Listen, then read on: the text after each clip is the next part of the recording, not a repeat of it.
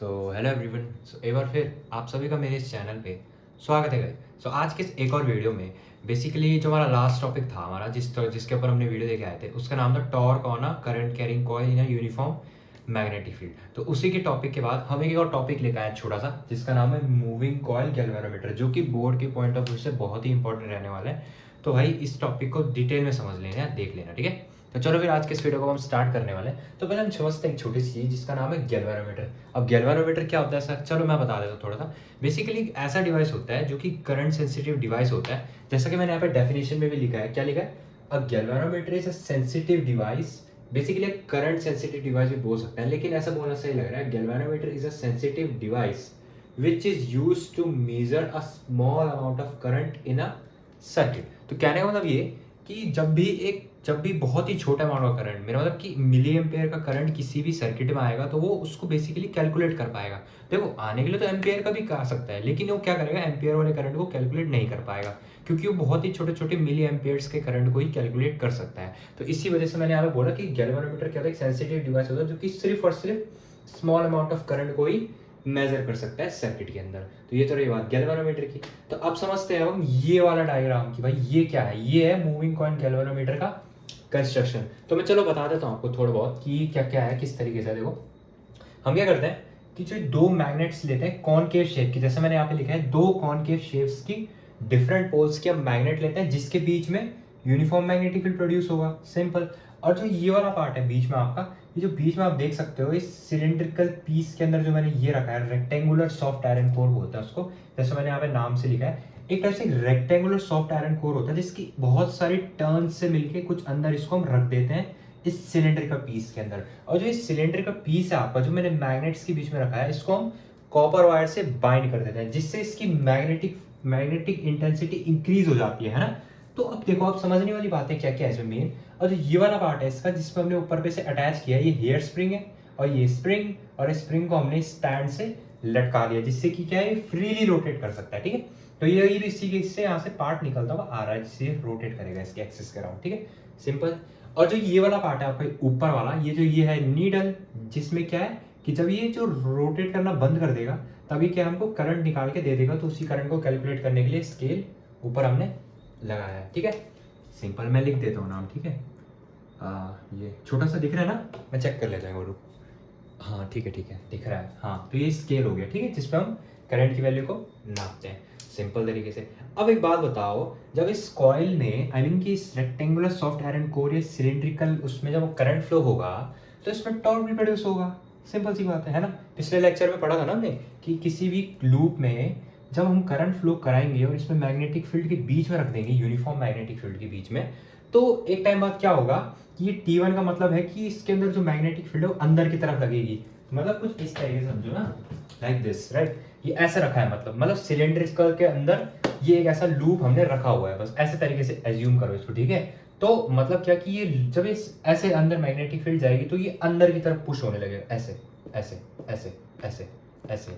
और ये बाहर से इधर से एक फोर्स लगेगा टाउ टू T2, जिसका मतलब टार्क, मतलब कि दो टॉर्क्स लगेंगे ना, एक इधर से और इधर से, इक्वल और अपोजिट फोर्सेस लगेंगे, ठीक है। तो एक ऐसे एक ऐसे एक ऐसे एक ऐसे। तो एक टाइम बाद क्या होगा, ये जो सिलेंड्रिकल कोर है जो आपका ये वाला, ये जब रोटेट करेगा तो सिलेंडर भी रोटेट करेगा, सिंपल। तो ये जब रोटेट करेगा इसके बीच में तो यहाँ पे टॉर्क जनरेट होगा। तो वही मैंने प्रिंसिपल भी इसका मैंने यहाँ पे लिख के समझा दिया आपको। When a current carrying coil placed in a uniform magnetic field between these two magnets, where uniform magnetic field is, जहां पे मैग्नेटिक फील्ड प्रोड्यूस हो रही है, यूनिफॉर्म मैग्नेटिक फील्ड, तो उस इस कॉइल में uniform magnet, it experiences a torque. अब आप सबको पता होगा टॉर्क का मतलब क्या होती है कि जहां पे दो इक्वल और अपोजिट फोर्सेस लगते हैं उसमें से डायरेक्शन में, ठीक है, जिससे कि ये अंदर वाला जो रोटेटर है, जो ये है, ये जो आपका रेक्टेंगुलर कॉइल है, ये रोटेट होना स्टार्ट हो जाएगा। तो ये सिलेंड्रिकल पीस भी रोटेट होगा, सिंपल सी बात है, तो उसमें टॉर्क लगेगा।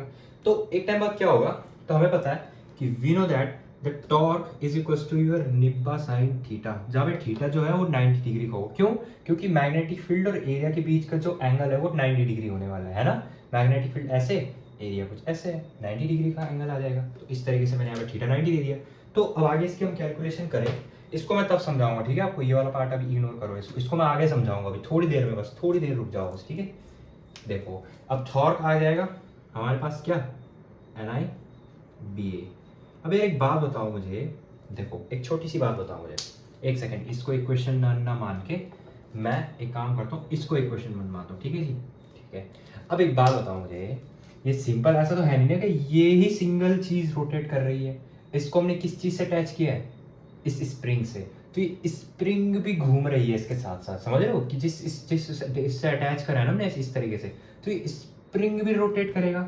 अब एक टाइम बाद क्या होगा कि जो ये रोटेटर है, ये जो स्प्रिंग है, इसको वापस लाने की कोशिश करेगा इक्विलिब्रियम पोजीशन में। इक्विलिब्रियम पोजीशन का मतलब कि ये एक जगह पे आकर रुक जाएगा, जहां पे ना ये रोटेट करेगा, एकदम स्टिल ऐसे रुक जाएगा, मतलब एक टाइप से ऐसा समझो तो इक्विलिब्रियम में। तो मैं यहाँ पे बोल सकता हूँ, चलो एक काम करो, आप इतना नोट करो, आई होप सबको इतनी बात छोटी मोटी है समझ में आई होंगी इससे रिलेटेड, ठीक है। तो अब हमें समझने की चीज़ क्या है इसमें, अब मैं इतना पार्ट मिटा देता हूँ आपके लिए, ठीक है, ये वाला, ये टॉर्क तक, ठीक है। चलो भाई, आई होप आपने इतना पार्ट लिख लिया होगा और इसको समझ लिया होगा।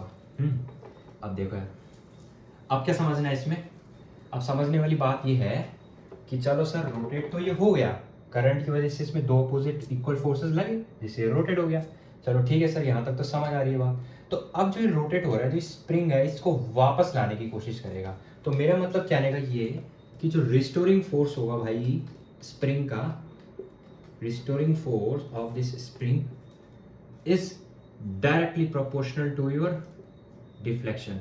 अभी समझाता हूं मैं इस चीज को, ठीक है। Deflection of the coil which is denoted by phi.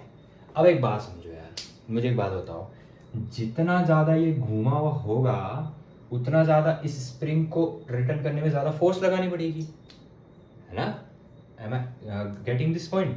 Okay, देखो समझ आ गया होगा आपको भी इस बात से कि जितना ज़्यादा ये घूमा हुआ होगा ऐसे ऐसे ऐसे उतना ज़्यादा स्पीड में आएगा ना, उतना ज़्यादा फोर्स लगेगा उसमें, रिस्टोरिंग फोर्स। तो मैं क्या बोल सकता हूँ कि जो रिस्टोरिंग फोर्स होगा टाउ, वो directly proportional to this phi.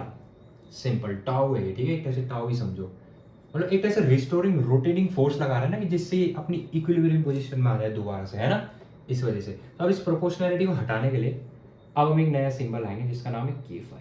और जो के फाई है, के है आपका सिंपल के, इसको बोला जाता है टॉर्शन कांस्टेंट, ठीक है, टॉर्शन कांस्टेंट, ये स्प्रिंग कांस्टेंट भी बोल लो, कोई दिक्कत नहीं, कोई दिक्कत नहीं, स्प्रिंग कांस्टेंट या तो टॉर्शन कांस्टेंट, ठीक है। तो कहने का मतलब ये कि इससे हमें क्या पता लग रहा है कि देखो इक्वेशन 1 और इक्वेशन 2 को अगर मैं ऐसे बोलूं कि एट इक्विलिब्रियम, इक्विलिब्रियम का मतलब कि जब ये जो रोटेट, जब ये सिलेंड्रिकल पीस है जो एक टाइम बाद स्टिल ऐसे खड़ा हो जाएगा, इस तरीके से रुक जाएगा, रोटेट नहीं करेगा, है ना। तो कहने का मतलब ये कि जो इक्वेशन 1 है इक्वेशन 2 के इक्वल्स टू में आ जाएगी। At equilibrium position equation 1 will be equals to your equation number 2। Simple, अब इतना समझ लो, इतना भी नोट करो। अब मैं थोड़ा बहुत पार्ट मिटाने जा रहा हूँ, अब समझ आ गई इसका मतलब क्या है। ये आर एफ मतलब रिस्टोरिंग फोर्स, और डिफ्लेक्शन मतलब फाई मतलब कि जितना ज़्यादा डिफ्लेक्ट या अपने एंगल से ऐसे घुमा हुआ इतना, राइट, ये बात है। मैंने यहाँ पे समझा दिया आपको ये बात, ठीक है, आर एफ और डिफ्लेक्शन वाला पार्ट। चलो अब इसकी तो नीड नहीं है, ये मैंने ऊपर लिख दिया, इसको मिटा देते हैं, ठीक है। चलो बाकी ये भी लिख सकते हो आप अपने समझने के लिए, ठीक है, कि दो कॉनकेव शेप के हम मैग्नेट्स लेते हैं, ठीक, ऐसे permanent magnets which leads to uniform magnetic field between these two magnets, ठीक। और ये सॉफ्ट आयरन कोर, और ये T1 मतलब टॉर्क 1 जो कि इसको अंदर की तरफ ऐसे ले जाएगा, ऐसे घूमेगा, और टॉर्क 2 मतलब जो इसको ऐसे बाहर की तरफ पुश करेगा, ऐसे इस तरीके से, ऐसे ऐसे हो जाएगा, तो रोटेट करेगा, सिंपल सा, ठीक है। T1 T2 में कंफ्यूज मत होना भाई। और जो ये वाला पार्ट है इसको बोलूँगा मैं हेयर स्प्रिंग, ये है स्प्रिंग जिसको हमने स्टैंड पे लटका दिया है इस पूरे सेटअप को। और जो ये है ये नीडल है, ये नीडल तभी वर्क करेगी जब ये एक जगह पे रुकेगा, जिससे हम इसकी करंट की वैल्यू को इजीली स्केल के थ्रू कैलकुलेट या ऑब्टेन कर सकते हैं, सिंपल, ठीक है। आई होप आपने अभी इतना पार्ट नोट कर लिया होगा या स्क्रीनशॉट लेके इसको नोट कर लिया होगा आराम से, कोई दिक्कत नहीं। तो चलो अब इसको मैं मिटा देता हूँ नीचे से। तो जो इक्वेशन 1 है इक्वेशन 2 के इक्वल्स टू आ जाएगी, ठीक है सर, ये भी समझ आ गया। अब क्या होगा, अब देखो टॉर्क इज इक्वल्स टू निब्बा, ठीक है, और जो टॉर्क है इसकी वैल्यू इसके बराबर है, तो यहाँ पे के फाई से इसको रिप्लेस कर दो, सिंपल, ये लो, ठीक है, क्योंकि इक्वेशन 1 और इक्वेशन 2 इक्वल हो गए ना इक्विलिब्रियम पोजीशन पे। तो इस तरीके से कुछ आपका ये क्वेश्चन आएगा। तो यहाँ से एक चीज़ देखो, अब हम यहाँ से डिफ्लेक्शन की वैल्यू निकालेंगे। डिफ्लेक्शन ऐसे इस तरीके से, तो डिफ्लेक्शन क्या आने वाला है, NIBA/K, ठीक है। ये where phi is your deflection, this ऐसे ऐसे से घूमा हुआ इसको डिफ्लेक्शन बोलूँगा मैं, ठीक है। जो रोटेट, जो ये कॉइल है आपकी ये वाली रेक्टेंगुलर सॉफ्ट आयरन को जब ऐसा रोटेट किया होगा उसको डिफ्लेक्शन बोला जाता है, ठीक है। कि कितना अपनी पोजीशन से कितना ज़्यादा ऐसे तरीके से रोटेट हुआ हुआ ये, है ना। और रिस्टोरिंग फोर्स लगाएगा उसको, इस स्प्रिंग को, इस अरेंजमेंट को वापस लाने के लिए ऐसे। तो ये रिस्टोरिंग फोर्स मैंने यहाँ पे लिखा है, ये रहा, ठीक। रिस्टोरिंग टॉर्क है या रिस्टोरिंग फोर्स, ठीक। अब देखो फाई आ गया, NIBA/K, where n is your number of turn of this rectangular iron core, ठीक। और I is the current flowing in this iron core, and B is your magnetic field, and A is your area of this core, and K is your this spring factor। Factor भी बोल लो, या तो factor भी सही लग रहा है, constant रहने दो, स्प्रिंग फैक्टर सही लग रहा है, राइट, स्प्रिंग फैक्टर, ठीक है। सिंपल तरीके से इतना, ये बात इतनी यहाँ पे खत्म हो चुकी है। अब इसमें दो चीज़ें और निकालने की है। तो इसका मतलब क्या है, इससे हम क्या समझ सकते हैं, इस फॉर्मूले की हेल्प से। देखो इस फॉर्मूले का मतलब ये कि भाई जितना ज़्यादा डिफ्लेक्शन होगा उतना ज़्यादा इसमें हमें करंट मिलेगा। मतलब जितना ज़्यादा ये क्या बोलते हैं, जितना ज़्यादा ये क्या बोलते हैं इसे डिफ्लेक्शन करेगा उतना ज़्यादा इसमें नीडल पे करंट हमें रीडिंग में नोट होता हुआ दिखेगा, ठीक है। इसका मतलब ये है, इस फॉर्मूले की मदद से हमने ये निकाल दिया, ये एक्सप्रेशन ये वाला, और ये फॉर्मूला है। अब इसमें दो फॉर्मूलेज और हैं, कौन कौन से, एक तो करंट सेंसिटिविटी वाला और वोल्टेज सेंसिटिविटी। तो उसको भी देखते हैं अभी हम थोड़ी देर में, ठीक है। इतना आप पहले नोट करो इसको आराम से, ठीक है। तो चलो गाइस, अब मैं इसको मिटा देता हूँ। हाँ चलो, अब दो टॉपिक समझ लेते हैं छोटे छोटे, उसके बाद फिर ये लेक्चर एंड, और फिर आगे की बातें तब करते हैं आपसे। देखो अब मैं क्या बोल रहा था, दो टॉपिक्स रहेंगे हमारे ना, एक तो करंट सेंसिटिविटी और दूसरा वोल्टेज सेंसिटिविटी, ठीक है, वोल्टेज सेंसिटिविटी, ठीक। तो अब देखो पहले करंट सेंसिटिविटी को फाइंड करने के लिए हम क्या करेंगे, उसी फॉर्मूले की हेल्प से फाइंड करने के लिए इसको उसी फॉर्मूले की हेल्प से निकाल सकते हैं। कौन सा, जो अभी हमने निकाला था ये वाला, K5 = NIBA, इस तरीके से।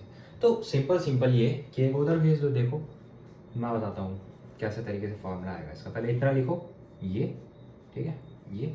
अब एक काम करो, देखो करंट सेंसिटिविटी निकालनी है तो डिफ्लेक्शन पर यूनिट करंट को आपको इसके साथ डिवाइड देना पड़ेगा। डिवाइड कुछ नहीं, ये I को इधर भेज दो, सिंपल, ये आ गया तुम्हारा करंट सेंसिटिविटी का एक्सप्रेशन, ठीक, NBA/K, ठीक। तो इतना, तो ये है करंट सेंसिटिविटी का expression of this moving coil galvanometer. अब हम करेंगे इसके लास्ट टॉपिक को जिसका नाम है वोल्टेज सेंसिटिविटी, ठीक है। चलो यार अब उसको स्टार्ट करते हैं। फॉर्मूला तो इसी को लिखोगे तुम, फॉर्मूले की कोई टेंशन नहीं, इसी से ही निकालूंगा मैं, ठीक है। वोल्टेज सेंसिटिविटी को इसी फॉर्मूले की हेल्प से करूंगा मैं, ठीक है। इतना पार्ट में मिटा देता हूँ। चलो ठीक है भाई, लिखने के लिए इतना लिख लेना, कोई दिक्कत नहीं, लिख सकते हो आप, इतना भी लिख सकते हो पूरा घुमा के, ऐसे भी कर सकते हो आप। कैसे, फाई = NIBA/K, स्टार्टिंग से भी कर सकते हो तुम, कोई दिक्कत नहीं। I को इधर भेज के ये एक्सप्रेशन आ गया, कोई दिक्कत नहीं। मतलब एग्जाम के पॉइंट ऑफ व्यू से बता रहा हूँ मैं, ठीक है ना। उस तरीके से तो लिखना ही पड़ेगा आपको पूरा। तो as we all know from Ohm's law, V = क्या होता है हमारे पास, IR। V क्या होता है, IR, है ना। तो R को इधर भेज के I का एक्सप्रेशन ले लो, सिंपल, I = V/R, है ना। ये सिंपल सा। अब एक काम करो, I की जगह ये वाला एक्सप्रेशन रख दो, इसको मैं मिटा दूं, ठीक है भाई, मिटा देते हैं इसे। चलो अब I के बदले इस एक्सप्रेशन को पुट कर दो, आ गया सर आंसर। ऐसे देखो, हाँ एक सेकेंड, देखो ये V/R NBA/K, ठीक है। अब देखो, अब जो ये वोल्टेज है, ये कहाँ जाएगा बताओ, ये किधर जाएगा, बताओ। देखो ये R ऊपर, वोल्टेज इधर ही रहेगा, देखो एक सेकेंड, हाँ, V = NBA/K, सिंपल। अब देखो इधर कर रहा है ना, अब जो वोल्टेज है इधर ही रहेगा और आर इधर चला जाएगा। इस तरीके से आपका क्या वोल्टेज सेंसिटिविटी वाला टॉपिक भी क्लियर होता होगा। ये आया एक्सप्रेशन, ठीक है। ये ऐसे एक सेकेंड ना फिर से लिख देता हूँ मैं, क्योंकि यहाँ पे थोड़ा वो हुई खिचड़ी बन गई। एक मिनट फिर से बनाता हूँ, अच्छे से लिखते हैं, कोई दिक्कत नहीं। चल क्या है देखो, five is equals to V by R is equals to N B upon K, ठीक है। यहाँ तक आ गया था। आर को ऊपर भेज के, या एक काम करो, आर को ऊपर भेज के वी रहने दो, आर को जैसे डायरेक्ट इधर भी भेज सकते हो, सीधे यहाँ भेज दो। चलो ऐसे ही करके करते हैं, कोई दिक्कत नहीं, कोई टेंशन नहीं। Five R by V is equals to N B A over K, ठीक है। एन बी ए ओवर के, यहाँ तक दिख रहा है, ठीक है। अब मैं इसको ऊपर लिख रहा हूँ यहाँ पे, हाँ। अब देखो, अब ये जाएगा हमारे पास complete expression, N B A upon K R, N B A upon K R, ये आ गया आपका क्या बोलते हैं, वोल्टेज सेंसिटिविटी का formula for this moving coil galvanometer, ठीक है। तो इसके आने वाले नेक्स्ट लेक्चर में हम देखने वाले हैं नया चैप्टर जिसका नाम है मैग्नेटिज्म एंड मैटर। तो तब तक के लिए फिर आज के इस छोटे सी वीडियो में बस इतना ही। आई होप आपको जो आज का ये वाला छोटा सा वीडियो है हमारा मूविंग कॉइल गैल्वेनोमीटर के ऊपर, ये आपको समझ में आया होगा डिटेल में। मैंने अच्छे से समझाने की कोशिश करी पूरी। बाकी कुछ भी अगर क्वेरी है, डाउट है आपको, या किसी भी टॉपिक पर आपको वीडियो चाहिए तो आप मुझे कमेंट सेक्शन में बताना। मैं जल्दी से जल्दी इस टॉपिक पे वीडियो लेके आऊँगा आपके लिए। सो तब तक के लिए बने रहे मेरे इस छोटे से चैनल पे। Thanks for watching, stay tune guys, Radhe Radhe.